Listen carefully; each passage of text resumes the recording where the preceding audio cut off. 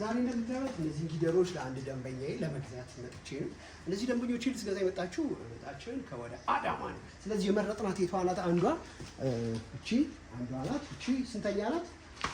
ሶስተኛ ወሊድ ናት። ወተት 20 አላት። አሁን ደግሞ ያለችው እርግዝና ስንት ወር ናት? 5 ወር። አምስተኛ ወር። ስንት ወተት አላት? አሁን እስከ 20 አለ። እስከ 20 አላት። አንዳንዴ ስንት ትደርሳለች? ከጨመረችም ከበላች እስከ 22። በጣም ጥሩ ናት። ሌላው የምናየው ምንድነው? ግቷን ነው። አያችሁ? የግቷ አቀማመጥ በጣም ጥሩ ናት። ፊዚካል ይሄ በተለይ አናቶሚዋ እጅግ በጣም ጥሩ ናት። ስለዚህ ይችላ አሁን ለእናንተ ለማሳየት እዚህ ጋር መጥቼ ነው። እጅግ በጣም ቆዳዋ ላይ ምንም ነገር የለም። በተለይ ለማዳነቷን በጣም ነው የወደድኩት። ስለዚህ ላሞችን ስንገዛ ማየት አለብን ለማዳነታቸውን ጤናማ መሆናቸው፣ እግራቸው ላይ ምንም አይነት ቁስል አለመኖሩ፣ በተለይ ጀርባቸውን ሁሌ መዳሰስ አለብን። አሁን እኔ ዛሬ መጥቼ አላውቃትም፣ ግን በጣም ጥሩ ናት። የሰውነቷ ስፋት አካሏ በጣም ጥሩ ናት። ሌላው ምንድነው? እግሮቹ የጡቷ አቀማመጥ። ሌላው ምንድነው? ጡቷ ላይ ያለው የጡቷ አቀማመጥ በደንብ ንጹህ መሆኑን ማየት መቻል አለብን። ሌላው የገዛናት የቷ ናት? እዛ ጋር አለች። እቺንም እናያታለን። እቺም እዚህ ጊደሮች ለምትፈልጉ በዚሁ መምጣት ማየት ትችላላችሁ። አያችኋት? እቺም ጊደር የማን ልጅ ናት? የእሷ ልጅ ፋሚሊ ናት። በጣም ጥሩዎች ናቸው። እቺ ትማርካለች። ሌላ የናት የማንጠጥራት የቷ ናት?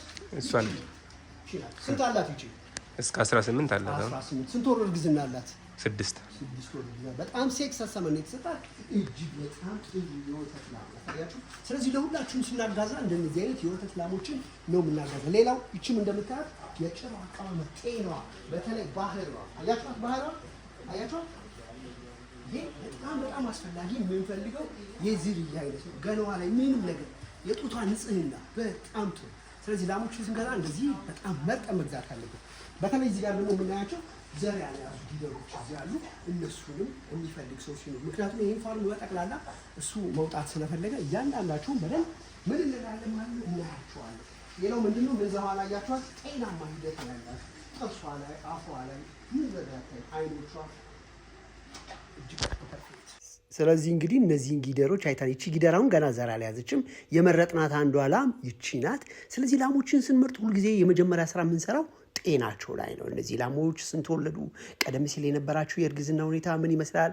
አንድ የወተት ላም ከወለደች ቢያንስ 300 ቀናት መታለብ አለባት። ከዛ በኋላ ደግሞ 2 ወር አርፋ ምን መሆን አለባት? ዘር መያዝ አለባት። ይሄ በእነዚህ ላሞች ላይ አለ የለም? እነዚህ የወተት ላሞች ከፍተኛ የወተት ምርት እንዲሰጡ፣ ጤናቸው የተጠበቀ እንዲሆን አንድ የወተት ላም መውለድ ከጀመረች ጊዜ ጀምሮ ቢያንስ ለሚቀጥሉት 10-12 ጊዜ መውለድ እንድትችል ያመጋገባቸው ሁኔታ በዚህ እርባታ ውስጥ ከመግዛታችን በፊት ምን ይመስል ነበር የሚለውን በደንብ ማየት አለብን። በተለይ እርባታ ላይ ስንሄድ የወተት ላሞቹ ይመገቡ የነበሩት የአመጋገብ ሁኔታ ጥሩ ሳር ያገኙ ነበረ።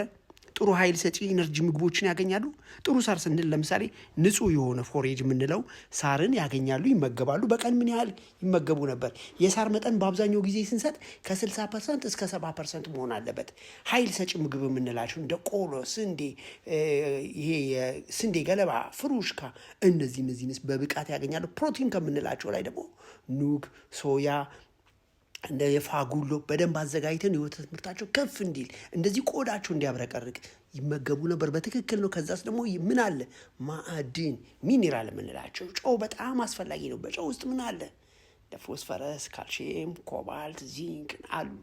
ከዛ ተጨማሪ ምን አለ? ንጹህ ውሃ። አንዱ ወተት ላም በቀን ስንት መጠጣት አለባት? በተለይ እንደ ወተት መጠኗ 20 ሊትር በላይ የሚታለብ እስከ 150 ሊትር ሊጠጡ ይችላሉ። ግን በኖርማሉ ደግሞ ከ60 እስከ 80 ሊትር ቢያንስ መጠጣት መቻል አለባቸው። ንጹህ ውሃ። የሳር መጠን በቀን ስንት? ደረቅ ሳር ከ15 እስከ 20 ኪሎ መብላት አለባቸው። ይሄ ደግሞ እንደዚህ በጣም ብዙ ነገሮችን በደንብ መውሰድ አለብን። ከ2 ኪሎ እስከ 4 ኪሎ ግራም የሚሰጡ አሉ፣ 6 ኪሎ ግራም የሚሰጡ አሉ። እነዚህ ነገሮች በሙሉ ከእንስሳት ሐኪም ጋር በመነጋገር ነው መስጠት ያለብን። የተወሰኑ ምግቦችን ደግሞ በደንብ ለውጥ እንዲያመጡ ከፍ አድርገን መስጠት መቻል አለብን። ብዙ ሰዎች ጥጃዎች ላይ ላሞቻችን ወተት አቋረጡ፣ ቀነሱብን ይላሉ። ጥጃዎች አጠገባቸው ሊኖሩ ይገባል። እነዚህ ጥጃዎች ለምንድን ነው ብዙ ጊዜ ላሞች በሰውነታቸው ውስጥ የወተት ምርታቸው ከፍ እንዲል የወተት ምርታቸው እንዲጨምር የሚያደርጉ ሆርሞኖች አሉ። እነዛ ሆርሞኖች በአግባቡ በሰውነታቸው ውስጥ በደንብ ሲመረቱ ብዙ ጊዜ በዚህ በጥጆች እድገት ላይ ጥጆች እንደተወለዱ ከ15ኛ ቀናቸው እስከ 3 ሳምንት ባለ ጊዜ ውስጥ አንዳንድ ቦታ ላይ ምግብ እንዲለምዱ ይደረጋል። ይቻውን 4 ወሯ ነው፣ ያችኛው ደግሞ 7ኛ ወሯ ነው። እናቶቻቸው የገዛናቸው ማለት ናቸው። ልብ በሉ እንግዲህ እነዚህ የገዛናቸው እናቶች ማለት ምንድነው? እጅግ በጣም ጥሩ ዝርያዎች ናቸው ማለት ነው።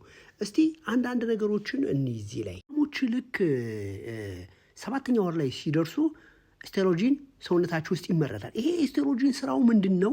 ጡት እንዲያድግና የወተት ምርት በከፍተኛ ሁኔታ እንዲዘጋጅ ያደርጋል። በእነዚህ ጊዜ ነው እንግዲህ እኛ 7ኛ ወር ላይ አካባቢ ላይ ላሞች ወተትን መታለብ ማቆም አለባቸው። አለበለዚያ ምን ይሆናሉ? ቀጣይ የሚወለድ ጥጃ ደካማ ይሆናል። እናትየውም በወተት ምርቷ ምን ትሆናለች? ደካማ ትሆናለች። ለተለያየ በሽታም ትጋለጣለች።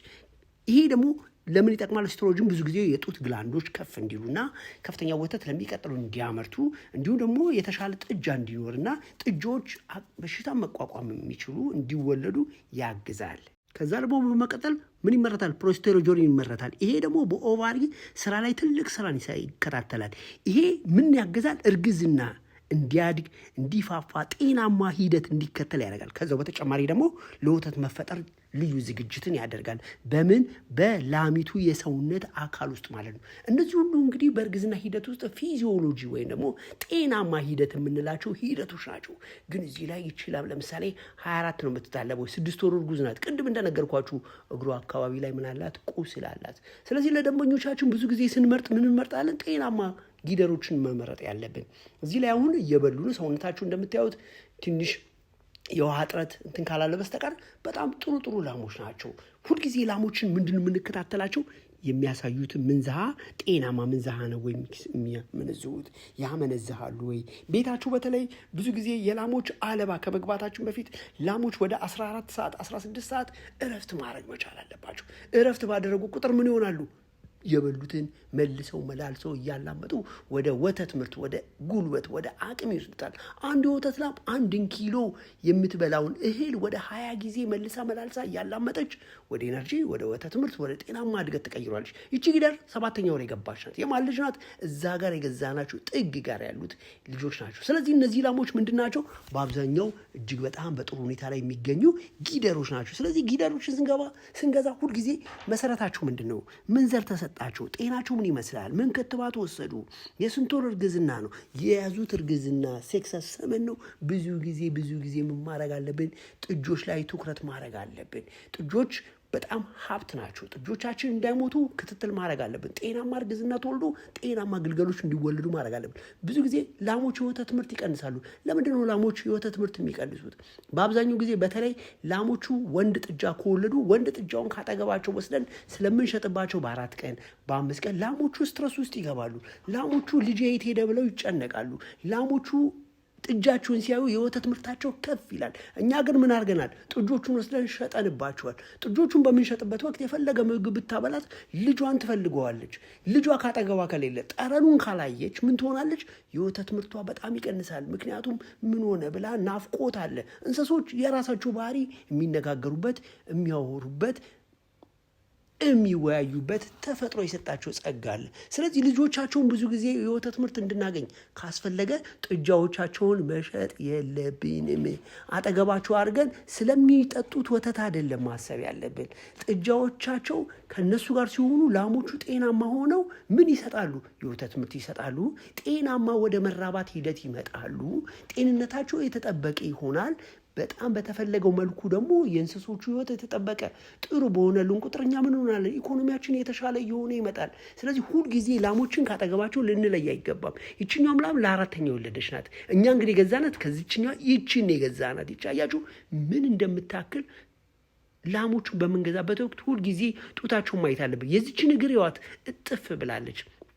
ግን በቀን 24 ሊትር አላት። አንዳንዴም 22 ሊትር ትወስዳለች። ይችኛዋ ደግሞ ገና ከተወለደች 1 ዓመቷ ነው፣ ግን ገና ናት፣ ጊደሯ ማለት ናት። ስለዚህ ላሞችን ስንገዛ ሁልጊዜ ጤናማ ወተት እንድናገኝ ረዥም ጊዜ ከኛ ጋር እንዲኖሩልን ምን ማየት አለብን? ጤናቸውን ሁልጊዜ መከታተል መቻል አለብን። አሁን እንግዲህ የገዛናቸውን ላሞች ወደ አዳማ ስለምንልክ ለደንበኛችን ይዘናት ምን እያደረግን ነው? እየወሰድናት ከግቢ እያወጣን ነው። እንግዲህ እዚህ ላይ ምን እናያለን? ጤናማ እንቅስቃሴ ነው ያላት ላሟ። ታነክሳለች፣ ጥፍሯ አድጓል፣ ትስላለች፣ እግሮቿ ተንሻፈዋል፣ ጥፍሮቿ አድገዋል፣ ገላዋ ላይ ቁስል አለ።